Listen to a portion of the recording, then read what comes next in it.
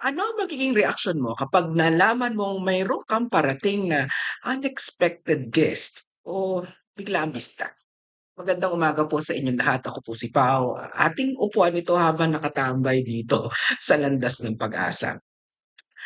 Naranasan niyo na po ba yung late kang nagising sa umaga, paglabas mo ng kwarto biglang may ipakikilala ang magulang mo sa'yo, mga bisitang hindi ka mag-anak, kaibigan, at tanging awkward na ngiti lang at magandang umaga ang ating masasabi.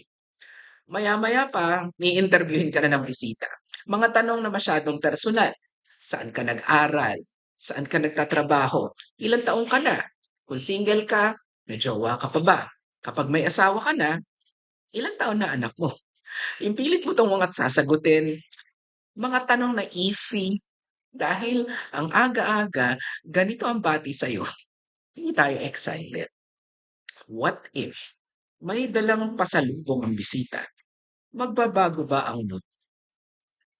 Ang mabuting balita ng sa araw na 'to ay galing sa panulat ni Lucas 19:41 to 44 na kung saan tumangis ang ating Panginoong Jesucristo sa kapalaran na haharapin ng Jerusalem at ng kanyang mga kababayan.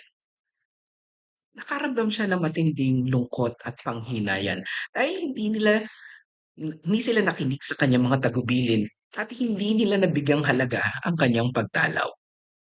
Babalik tayo sa ating huli kong tanong kanina. Ano ang magiging reaksyon mo kung ang bisita mo ay may magandang pasalubong sa'yo? Magbabago ba ang mood mo? What if kung ang dumalo sa'yo ay si Jesus mismo? Anong gagawin mo? Anong mararamdaman mo? Magdidiwang ka ba? Mas lalo ka ba makikinig? Magpapasalamat? Hihingi kaya ng tawad? O kaya yayakap na lang ng mahigpit at ito lang ang tanging ibibigay? Ito po ang aking dasal. Ating bigyang halaga ang bawat pagkakataon ng pagdalaw ng Diyos sa bawat saglit ng ating buhay. Kahit mga simpleng bagay, yung may lakas ang iyong binti at ang iyong bisig, nakakahinga tayo ng maayos. May laman pang pagkain ng ating ref o sisidlan ng pagkain.